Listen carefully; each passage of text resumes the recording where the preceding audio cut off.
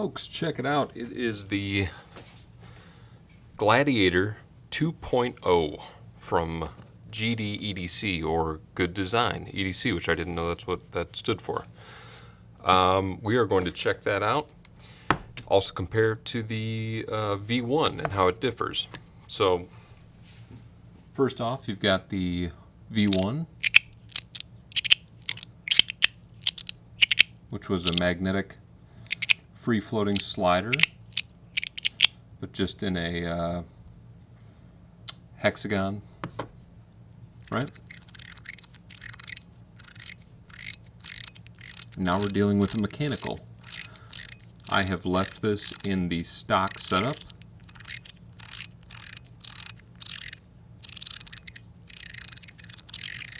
Which is pretty quiet, and I do want to get a little more sound out of it, so we're going to mess around with some of the extras. This is also in stainless steel, just so you know, and this is in titanium. Alright, so first off, let's open it up and look inside. Okay, I just lost most of those there. Wait. Okay, so this came set up with one glass bead and two silicone nitride. And then, as you can see, it says two stainless steel plates. Now, by looking at it, you'd almost think that you could swap these out. But I don't know that you can. We're going to take a look at the screw types that they have here, because these look larger than those, so I think they might have changed, which is kind of unfortunate really, and you think that they might have thought about that, and I'm sure they did.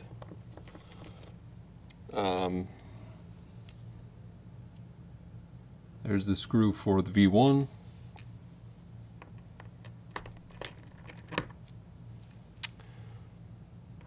Okay, and so this is a T6. And it does not fit.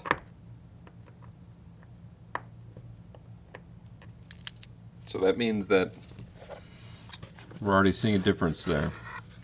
It is in fact smaller, and they probably used their own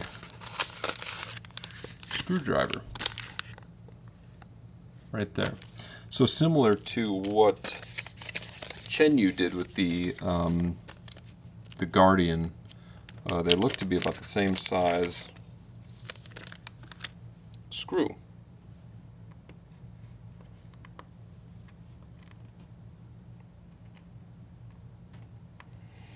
Let's see if we can get it, if it's magnetic here. Yep.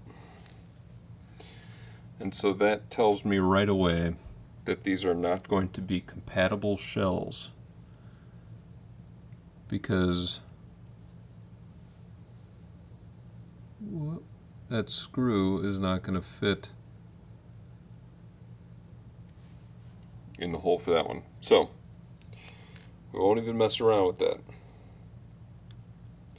But one of the cool things that I'm gathering from, oh, yep, now I got to switch back to this. One of the cool things I'm gathering from looking at the extras here in the pack, which I'll be honest, I haven't messed with at all, so I just, I opened this up the other day, but I opened up quite a bit. So we're going to take this apart, take a look inside. This is a pretty simple design. You've got the track for the ball, you've got a bearing there, and then this is Teflon tape around the edges. This side you can see is just like a, I don't know, just some sort of black plastic. Maybe it's not a Delrin. I can't tell really what that is, but just plastic. So let's empty out all the extras. And what I was going to say was that since it came with magnets, we can get a little more, some different haptic feels out of this. I'm going to keep forgetting that I got to switch back to this screwdriver. So maybe like a click along with the mechanical side of things. Yeah, oh cool. So when you open it up, you can see we've got our 3 spaces here for the screws. Maybe. There we go. So those 3 are for the screws. These 3 are for the ball and spring. But interestingly, we've got spots for magnets. Now I'm going to guess that this side is not, doesn't have magnets pre-installed or anything like that, so we'd have to put it in on both sides, which can be a little challenging. Let's take a look here.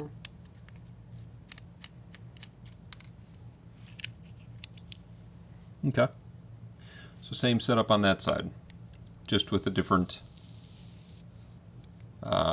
plate front. Okay, so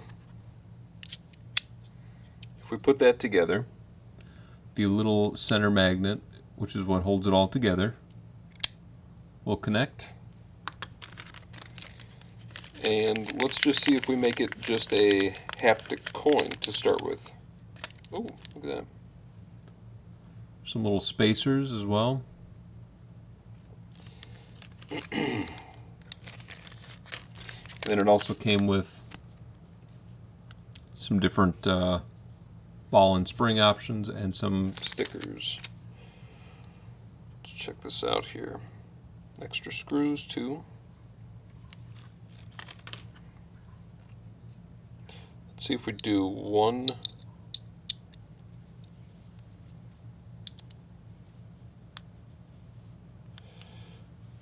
from each side.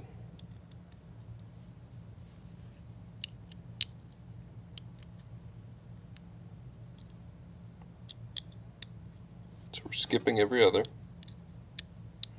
just because I'm not sure what the strength is going to be on this, and sometimes you can overdo it and you get so excited about there being magnets in the pack that you just load it up, but it doesn't ultimately feel that good. It happens a lot for me with extras because I get excited that there's so many extras. So you can see there, now what we've got is a every other setup. We'll go ahead and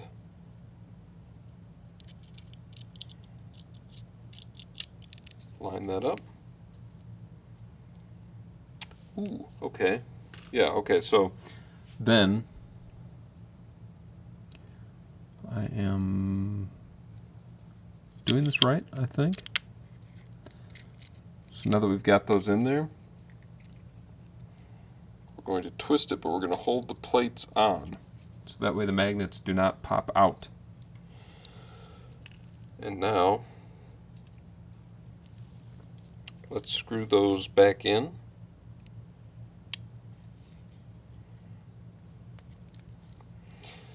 And I will just keep it like this once I'm done. I'm not, I mean, depending if it's really terrible, but I'm not going to make you watch me take it apart again and again. You can see that there's plenty of options. I mean, you don't have to even go every other on the magnets. You could do 4 of them in there, or you could do all of them.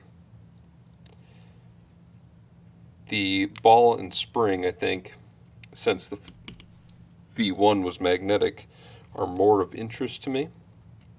But sometimes mixing magnetic and mechanical in one piece can be really satisfying as well. So we'll check it out here.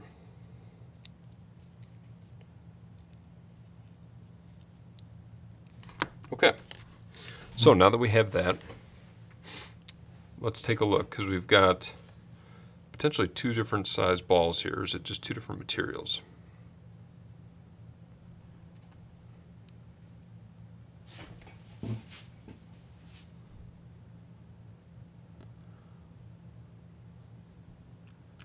It definitely looks like two different sizes. So the glass beads are a little larger. And I'm going to let's mess with the glass beads here. Let's take a look. The springs look different in here as well. Oh, pump them all out here. Okay. Let's have a good little tension to them.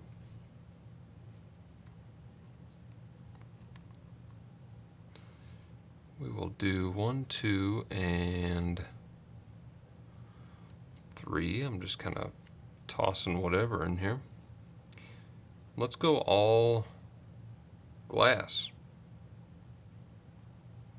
Because why not?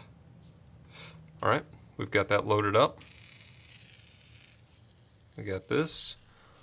Oh, now look, the stainless steel ones are going to make some noise too, which could be good. Let's check this out first, though.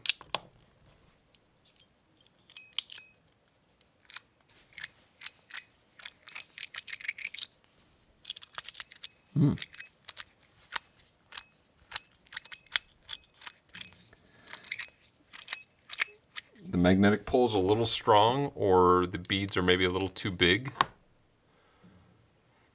Sometimes, oh boy. Oh, well, that was part of it too.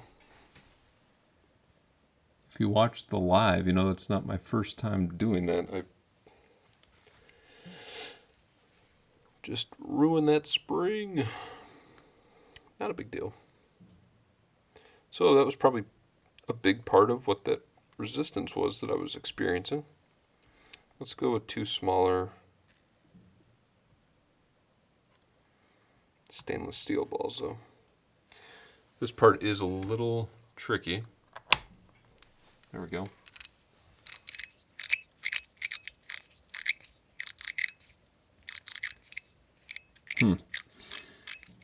Yeah, so the magnetic pull is definitely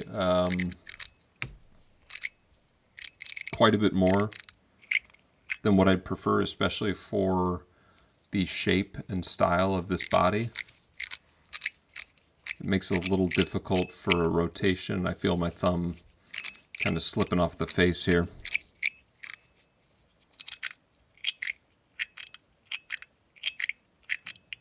It does make an interesting sound, though. Ultimately, though, I would stick to magnets in this one. You know, I may post some updates as I mess with this and find maybe a different configuration or magnet setup that lends itself better to kind of complementing the mechanical instead of hindering it a little bit.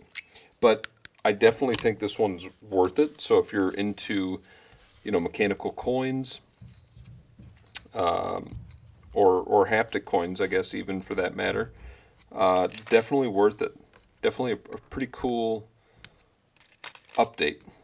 So now you can have both mechanical and magnetic for your Gladiator, and they're both going to be really enjoyable. Yeah, check that out. Thanks, everybody.